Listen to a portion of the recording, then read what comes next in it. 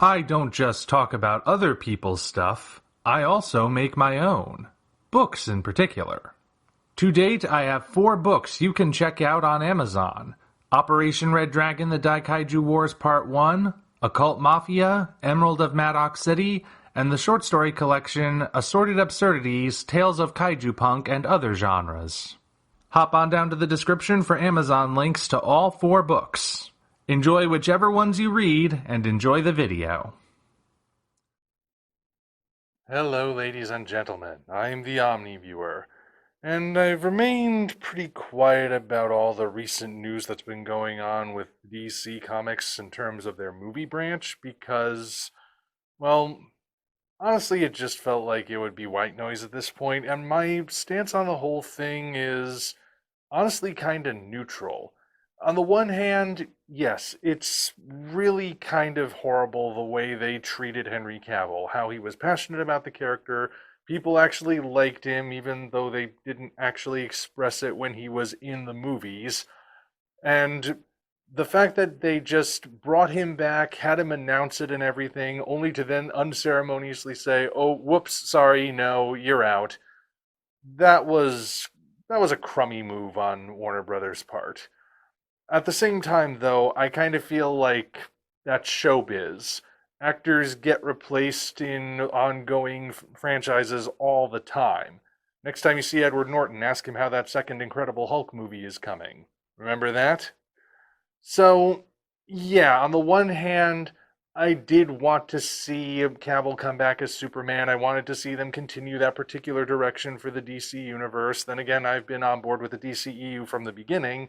But at the same time, I realized that the DCEU is not very popular with a lot of people, so naturally they were going to reboot it, if you ask me. Now, of course, I'm also kind of worried about the fact that they got rid of Cavill, they're dropping Ben Affleck, even if they keep him on to direct something, and they got rid of Gal, but they seem to be keeping on Ezra Miller even after everything he's done.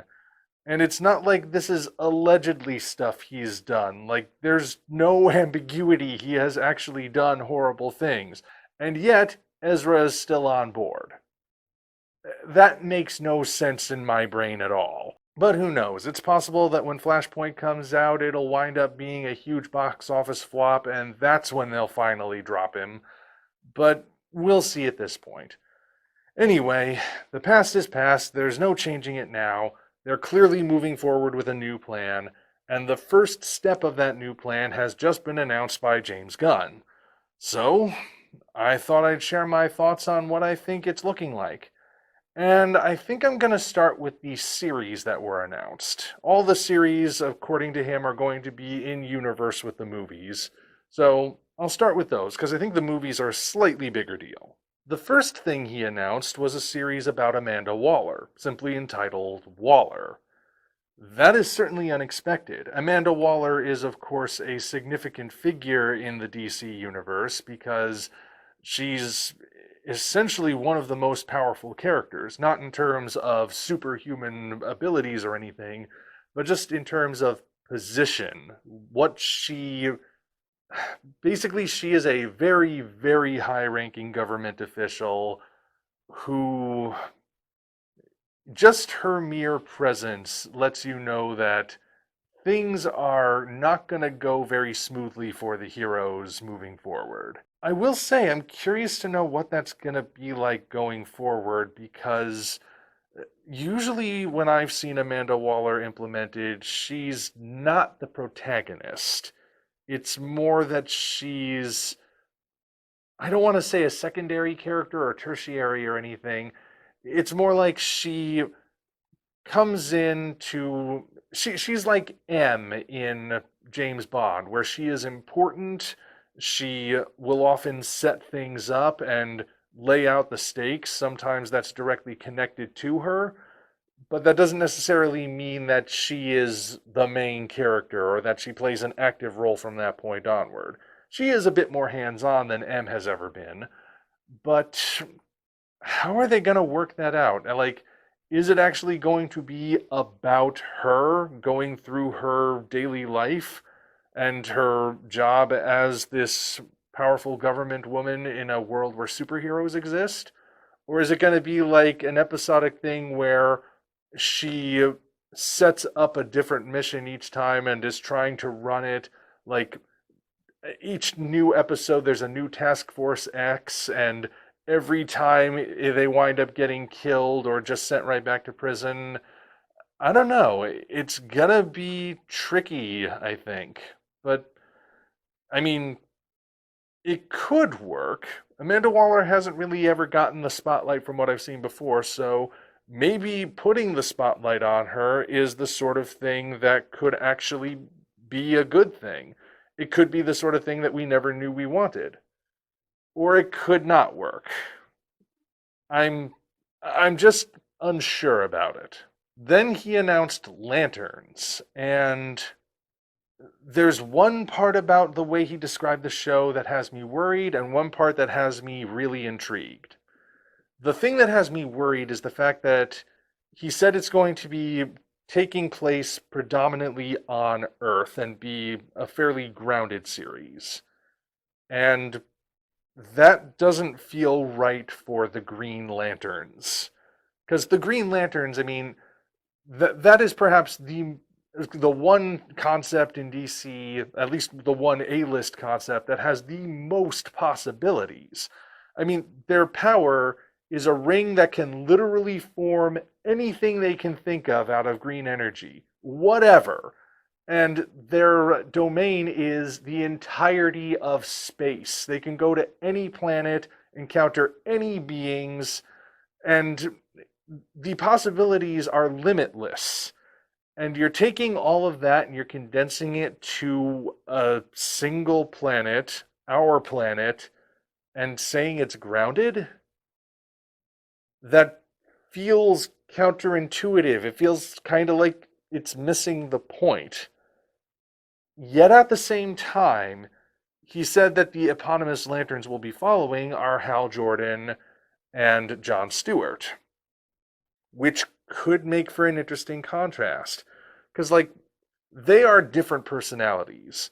Hal Jordan is a former test pilot, or is he a current? It depends on the interpretation, I guess. And he is very cocksure, very imaginative, whereas Jon Stewart is a former Marine, and he is very straightforward, very going in, get the job done, very serious. And he's not the sort who, like Hal Jordan, is going to make this entire elaborate construct out of the green energy. He's just going to take the ring, aim it at you, and shoot. And that's what he does. So having those two together and interacting off each other could make for an interesting dynamic. If they're going to do it like a buddy cop show or something that just happens to have the cops armed with superpowered rings, that could work, maybe. But I still wonder if, honestly, it feels kind of like they wanted to do the cheapest possible way to do a Green Lantern series, and that just doesn't feel right to me. But maybe the dynamic will make up for it if they cast it right. Then, of course, we have Paradise Lost, which is how the Wonder Woman side of things will be incorporated into this new DC universe. According to what Gunn said, it's taking place mostly on Themyscira, and of course, the title itself implies dark times ahead for the island. I suppose if you're going to do something different with Wonder Woman from what we've seen previously, that would be the way to do it. Keep it mostly focused on Themyscira, lean more into the mythological aspects. It could have the potential to be a great high fantasy series, if they do it well. Wonder Woman can be tricky to get right, though. She managed to come out fine with the first movie. Second movie, not so much. So, we'll see. The biggest surprise among the series to me was Creature Commandos. In fact, I did a video several years back in which I made this little wish list of characters I wanted to see incorporated into the DC movies, or at least to get movies at some point. Creature Commandos were on that list, so I guess I got my wish. The image they showed did not show the original lineup of the Creature Commandos, though, which was basically House of Dracula by way of Battleground, except it's actually MASH. I realize that sounds convoluted, but like, they made scientific movie monsters, and the whole thing was an allegory for Vietnam despite being set in World War II. Whether or not that allegory actually worked, I can talk about that another time. Still, this idea that you've got characters who are actual monsters as part of this universe automatically sets it apart. And they have this sort of dynamic where they're not really treated in the comics as properly as they should be. Some of it in the original books, at least, played into the whole, oh, who's the real monster? The weird looking creatures or the normal looking guy who treats them bad, sort of thing. It was the 60s or 70s. What do you expect? But that could be very interesting. It's probably going to go with a more recent lineup, and I'm not really sure what that lineup is at this point. But there is real potential with the idea of the Creature Commandos. Monsters and military, it can go places, I think. And then there's Booster Gold. And of all the things that were announced, Booster Gold feels the most like the one that I would have expected from James Gunn. For those of you who don't know how to describe Booster Gold, this is going to sound like a tangent, but I will tie it in. There's a saying in the world of music history that most rock bands want to be like the Beatles, except for Kiss. Kiss wanted to be Coca-Cola. Booster Gold is kind of like that. Whereas most superheroes in the DC universe want to sign up with the Justice League, Booster Gold wants to sign up with Nike. He's a loser from the far-flung future who took a bunch of technology with him, traveled back in time to the present, whenever the present is, and tries to be a superhero just so he can become famous and rich. That is his premise. Now, when the chips are down, he is a proper hero. He's not a deconstructive Watchmen kind of thing. He will fight the bad guys. He will save the day. He is a good person. He has what it takes to actually be a hero, but that's not his priority going in. And that makes him different from other DC heroes, and by extension, very interesting. This is a premise that I think really can go places. Booster Gold, like, when he showed up in Justice League Unlimited, and that was a lot of people's first introduction to him, like it was their first introduction to a lot of the more obscure heroes, he made an impression. And the more you look into him, the more interesting he gets. So there is, I would say that's the most intriguing of the series to me. And I mean that in a good way. And that pretty much covers the series, so let's move on to the movies. So since most people care about Batman more than anything else, let's start with what they're saying for Batman. Batman's movie at this point is not entitled Batman or The Dark Knight or The Caped Crusader or anything. They're going with The Brave and the Bold. And according to Gunn, the characters who are going to be in it are, of course, Batman, but also the most current Robin, who is Damian Wayne, the son of Batman that he had with Talia al Ghul, who's the daughter of Ra's al Ghul, who is the head of the League of Assassins. Just by saying they're incorporating Damian Wayne, they are saying they're going to pack a lot of stuff into there. Who knows if that's too much? But I also got to say I'm not really too fond of their choice to go with Damian Wayne.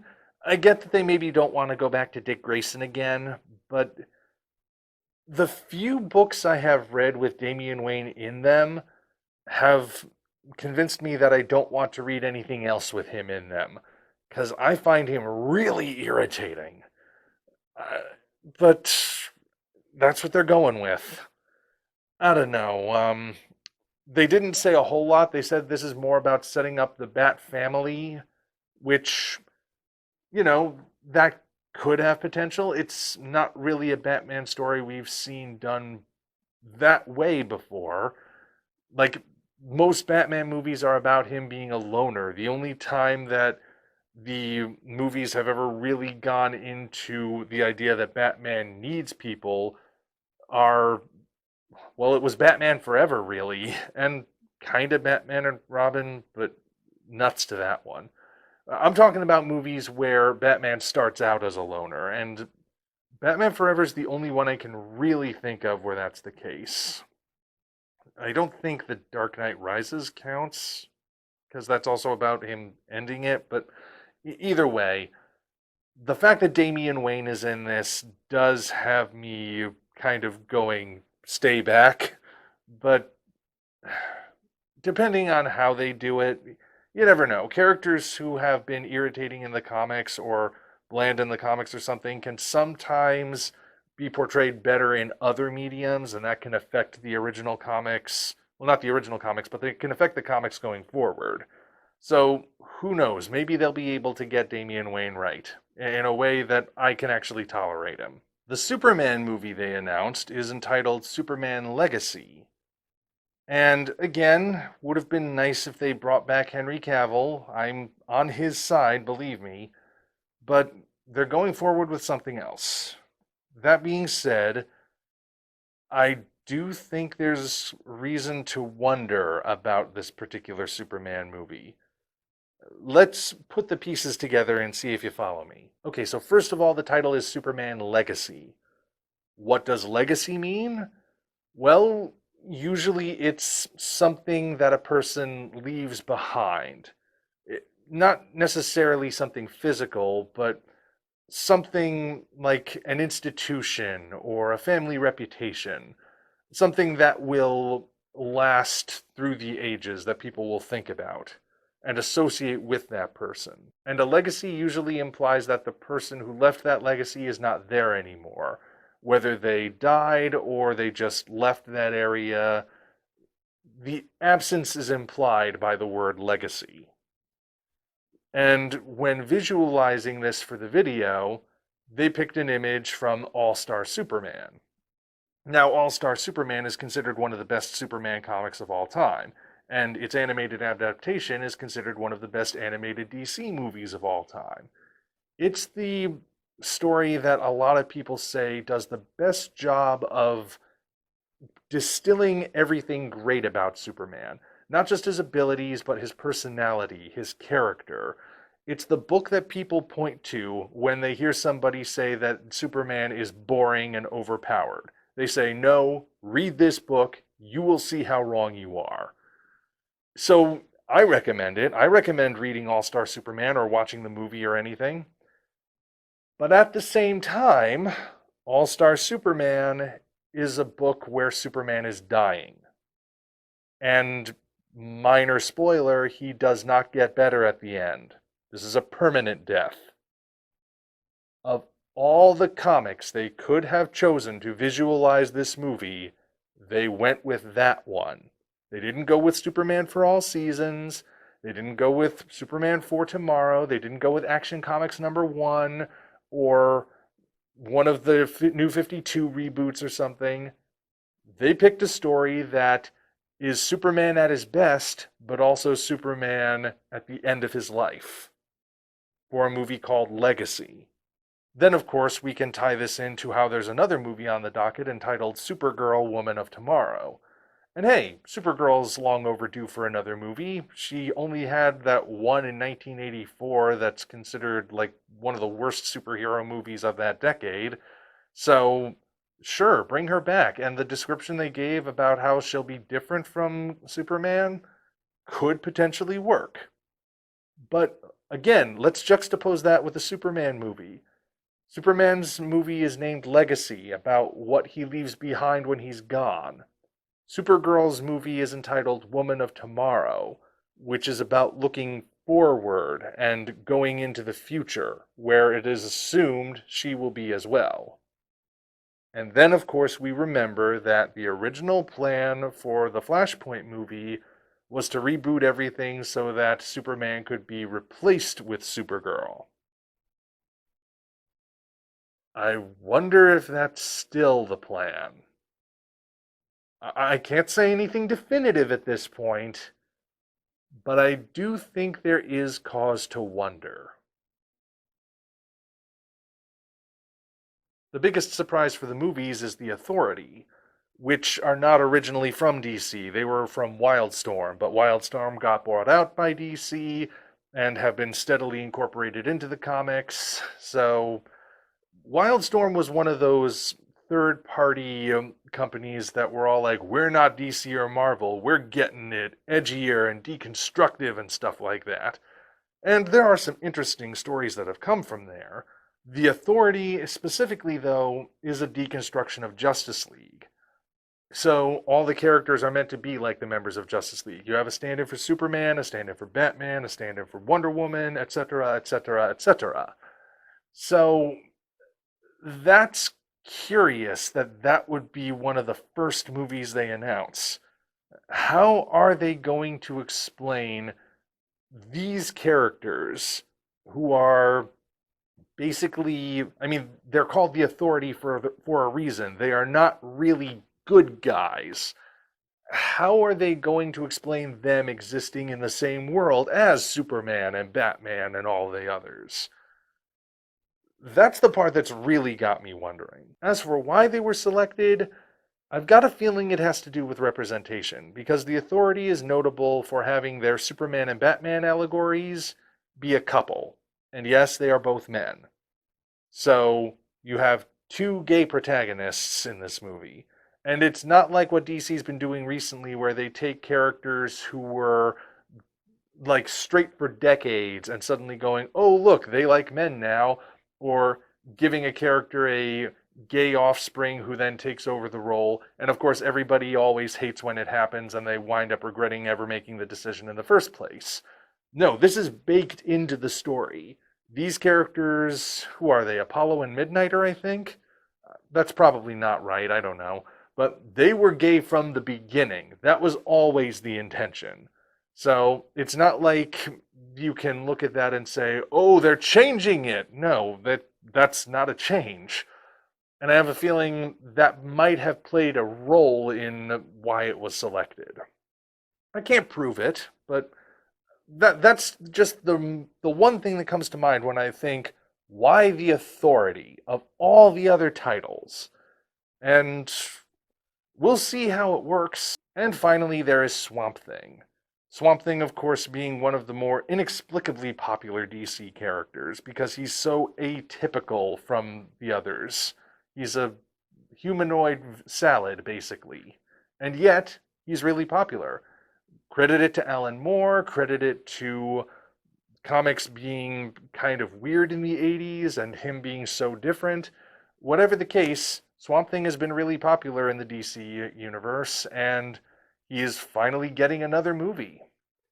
And according to James Gunn, it's going to be a horror movie. A horror movie completely tonally different from the other DC movies, and yet still part of that universe. I think that's not a bad idea, but I'll also believe it when I see it. See, Swamp Thing, of course, is well suited for horror. He's got that sort of Southern Gothic vibe, and he deals with more bizarre supernatural things. Even the very origins of Swamp Thing and the nature of whether or not he actually is what he thinks he is plays into a particular brand of horror. Yet, at the same time, horror is not really that big these days. It's been making a comeback, sure. Horror has not really gone anywhere, but there aren't any really big horror franchises, certainly not any new ones. There are standalone ones that have done really well. But horror also, let's not forget, tends to be very low budget, and it usually succeeds because it's low budget. Something like a DC movie, any comic book movie really, that's going to be higher budget. And, you know, executive meddling happens.